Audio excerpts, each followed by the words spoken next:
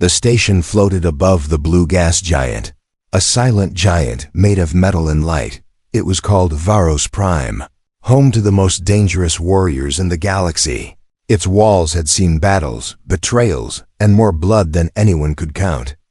And among all the warriors who lived there, one name was whispered more than any other. Captain Zara. Her armor was black and silver, scratched by 100 battles. Her eyes were cold like frozen steel.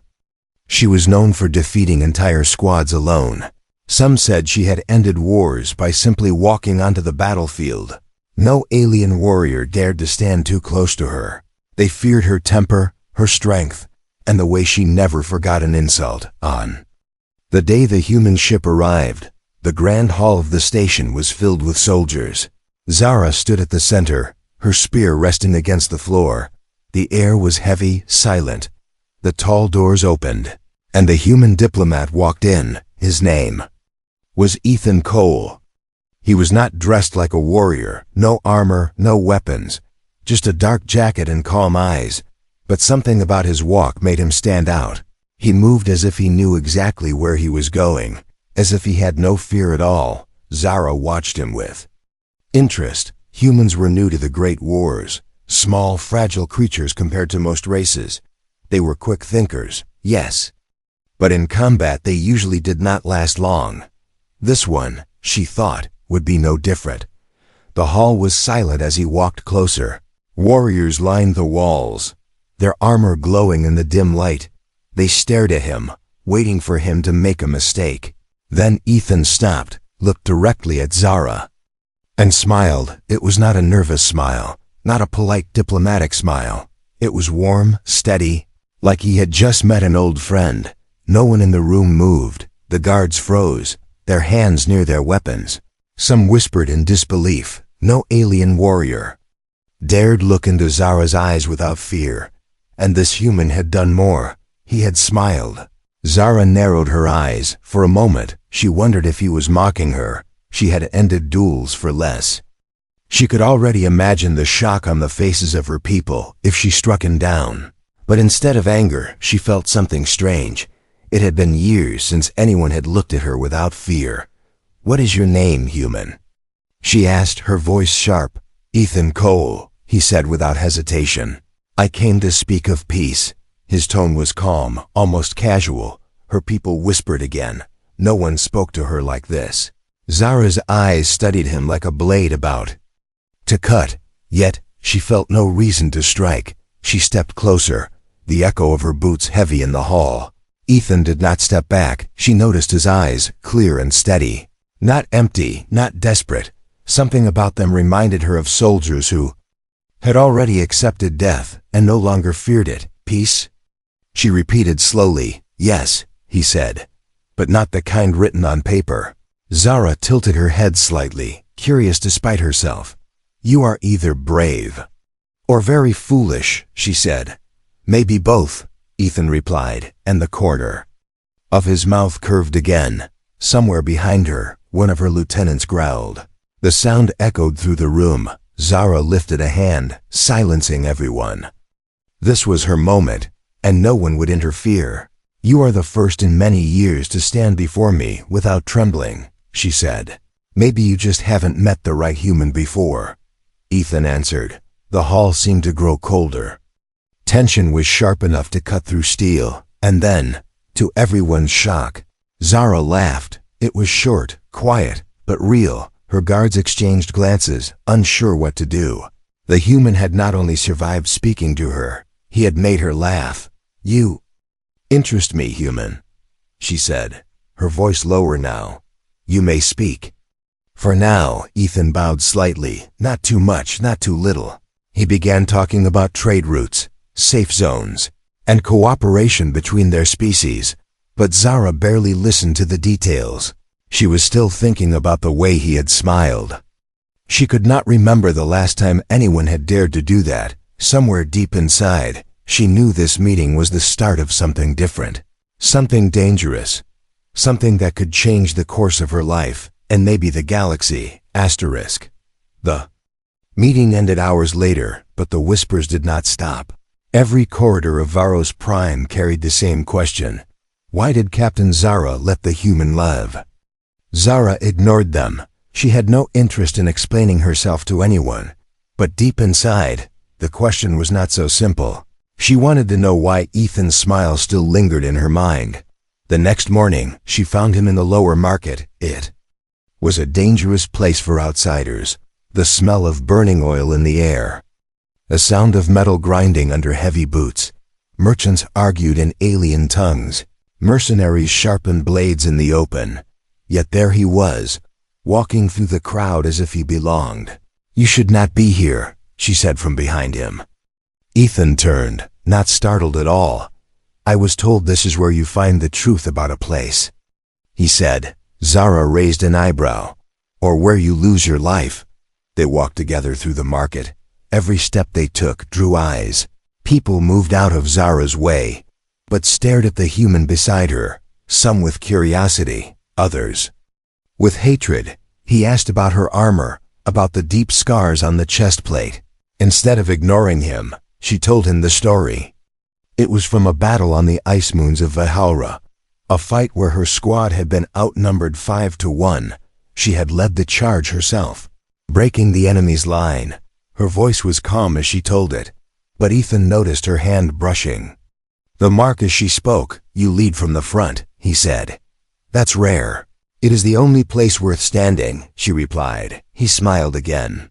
But this time it was different, smaller, almost knowing. It made her uneasy, though.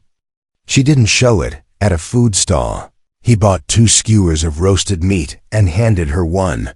She hesitated, not because of the food, but because no one had offered her something so casually in years. She took it anyway. It was simple, seasoned with nothing more than salt and smoke. Yet it felt strange to eat beside someone who was not afraid of her. By the time they left the market, she had learned 3 things.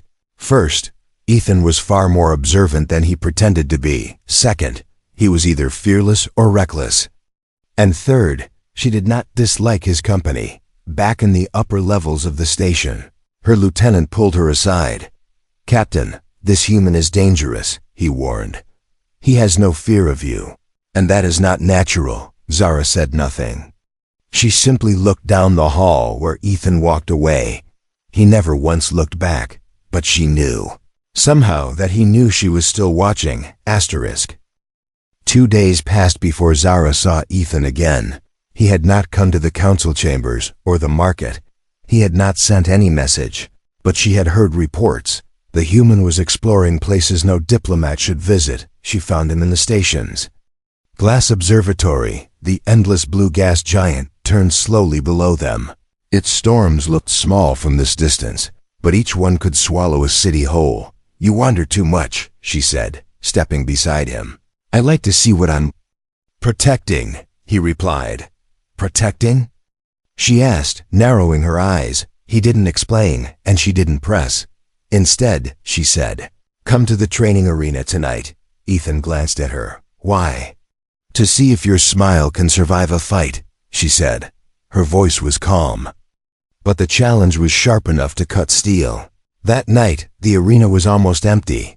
Only a few of her most trusted warriors stood in the shadows. The floor was a wide circle of polished black metal. Weapons hung along the walls, spears, swords, staffs, even shock axes. Ethan stepped inside wearing the same jacket as before. No armor, no weapon in his hand. "You're going to fight me dressed like that?" she asked. "Should I be worried?"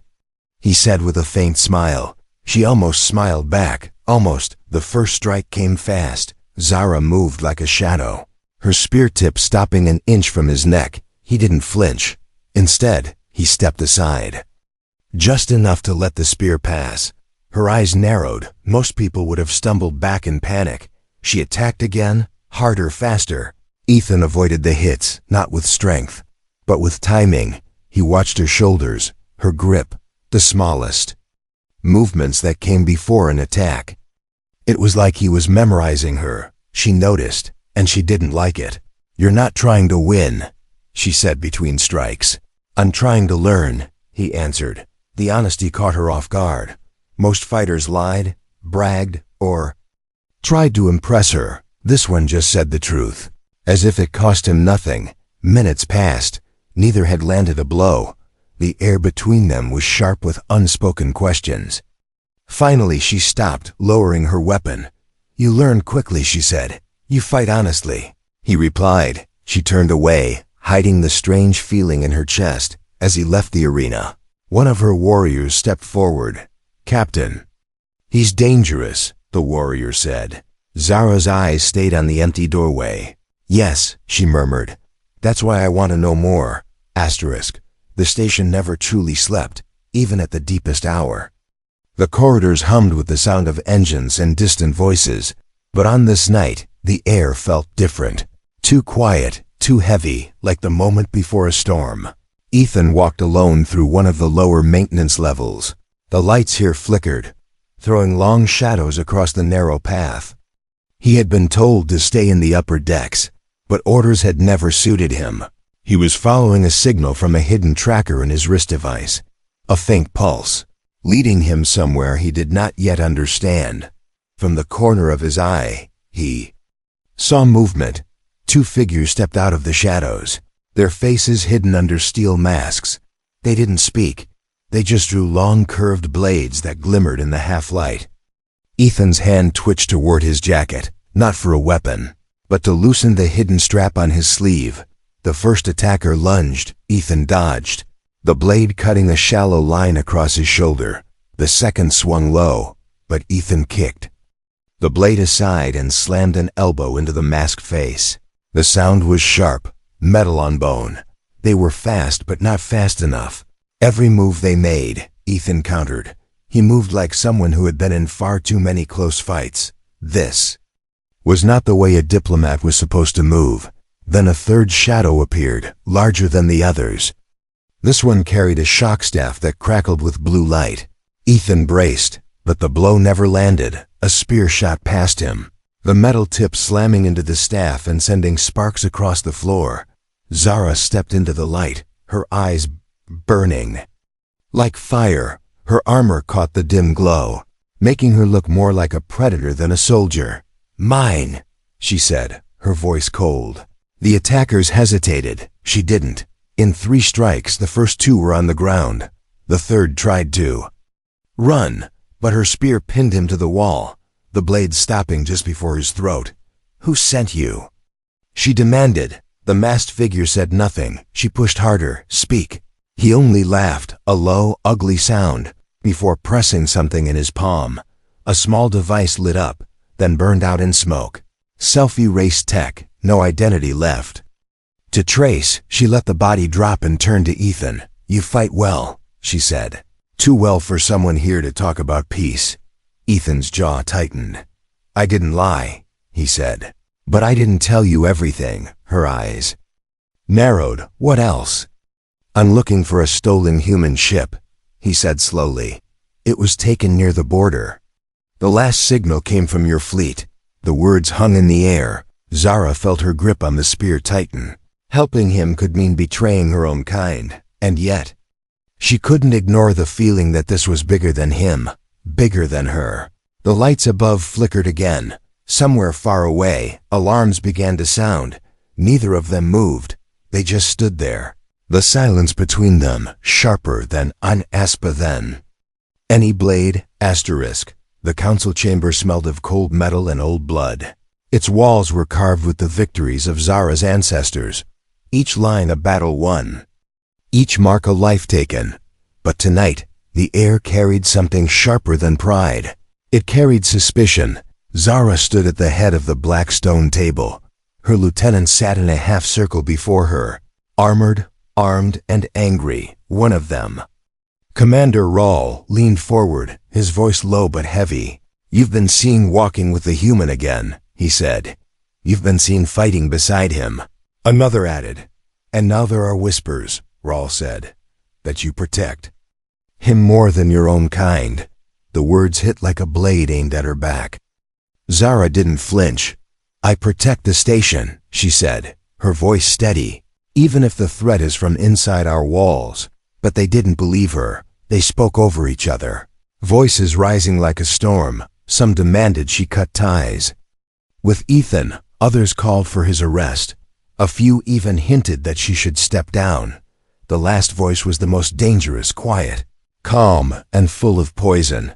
"You've grown soft, Captain," said Vera, the youngest but most ambitious of her officers. "I remember when you would have killed a stranger for less than a smile." The room went still. Zara rose slowly, every movement deliberate. She stepped down from the head of the table, the sound of her boots echoing like drums. Vera's hand twitched toward her blade. Zara didn't give her the chance. In one fluid motion, Zara's spear swept low, knocking Vera to her knees. Point stopped just under her chin. "Do you think I've forgotten who I am?" Zara asked, her voice a razor's edge. Vera said nothing. Zara pressed harder. "Then remember this. I answer to no one in this room." She pulled the spear back and turned away. Her authority was unshaken, for now, but she knew the challenge was only the beginning. When the meeting ended, Zara walked alone down the shadowed halls. From a side corridor, Ethan stepped out. "I heard shouting," he said. "You hear too much," she replied. "Maybe," he said. "But I also heard something else. Some of your people are making deals with outsiders." She stopped. "What outsiders?" "The same ones who took my ship," he said. "And they're not just after humans. They're after you." The station's lights dimmed for night cycle. For a moment, the corridor was almost dark. Zara's voice was quiet but certain. "Then we have the same enemy, asterisk asterisk." The council chamber was too quiet. Zara could feel it in her bones, the kind of stillness that doesn't belong to peace, but to a predator waiting to strike. She had been called to an emergency meeting. Ethan came too, though he stayed near the edge of the room, watching the shadows instead of the council. The doors sealed behind them with a hiss. That was the first sign something was wrong. Commander Rawl stood at the center. "You've left us no choice, Captain," he said. Zara's hand moved toward her spear. The floor under her boots vibrated. A low, deep hum. Ethan's eyes flicked to the ceiling. "Zara," he said quietly, "we need to move." The second sign came fast. The lights snapped off. A heartbeat. Later, explosions shook the chamber. The walls cracked. Fire spilled in from hidden charges. Figures in black armor stormed through the smoke, their weapons glowing red. Zara didn't hesitate. Her spear cut through the first two before their boots even touched the floor. Ethan dropped low, sweeping a leg under another attacker, and slamming a stolen blade into their side. They moved without words, each strike flowing into the others, back to back. They fought like they had trained together for years. But this wasn't just a random attack. Zara saw it in the faces of the enemy. These weren't strangers. They were her own people, wearing stolen armor to hide their loyalty. Betrayal burned hotter than the flames around them.